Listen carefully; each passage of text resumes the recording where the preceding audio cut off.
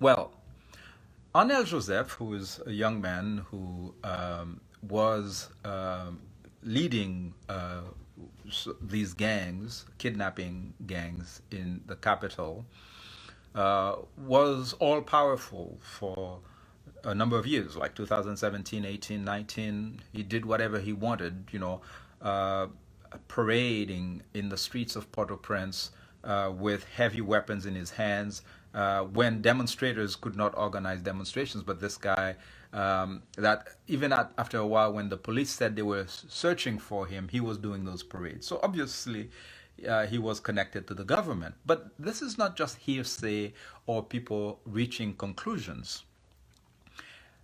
When there were a situation where a rival gang hurt Arnel Joseph, and apparently his wounds were festering, he needed to leave the Artibonite area where he was in order to get medical care. And so the government pretended to arrest him so that he could get medical care in jail. And so Arnel Joseph was in jail between 2019 and 2021. And of course, in the Haitian community, we were hearing that this guy is not really in jail.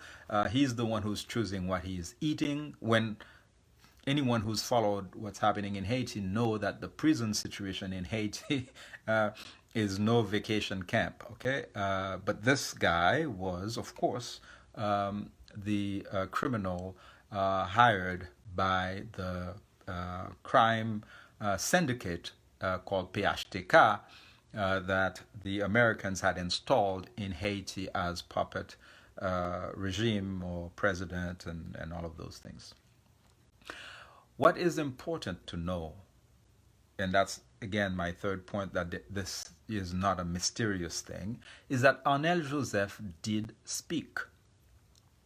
And so I will refer you to a text. For those of you who read French, you should Google Arnel Joseph parle comme un rossignol. Arnel Joseph parle comme un rossignol. Arnel Joseph have spoken, okay? He sung like a bird. And so in that article, I underline that this is an article published anonymously. And if you've been following how people have been kidnapped and murdered in Haiti, you would understand why anyone living in Haiti would not dare sign such a document. However, what is important to note is that many of the things mentioned in that 2019 article published in French on Haitian social media are now what we are finding, some of, okay, in the pages of the New York Times, Washington Post, indicating that Arnel Joseph, linked to Katsama Ozo gang, was working and having regular conversations with Jovenel Moïse, the so-called president, with Garcia Delva, who was supposedly a senator, and Michel Martelly. What you do not find in the pages of the New York Times, but that article dated 2019 speaks in details, are the other names. And what are those other names?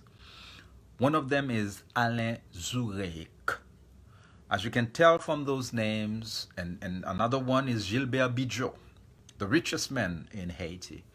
And Arnel identified these men as the people who were hiring him to participate in kidnappings.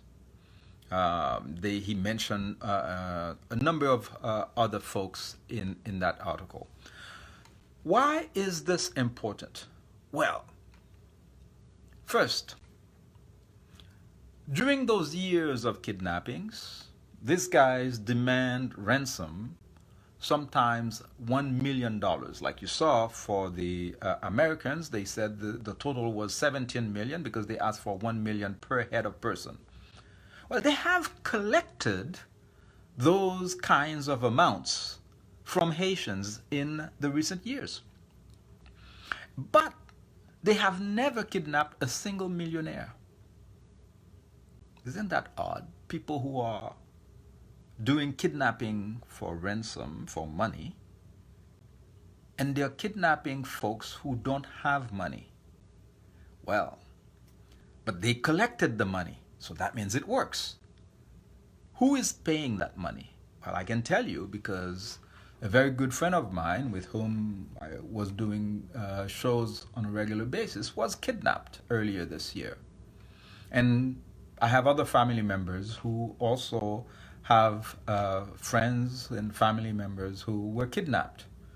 And when that happens, what happened? Well, we lose some of our income because, we cannot let our family member get killed, and people collect money. And any Haitian family, you can just verify it yourself if you're not Haitian.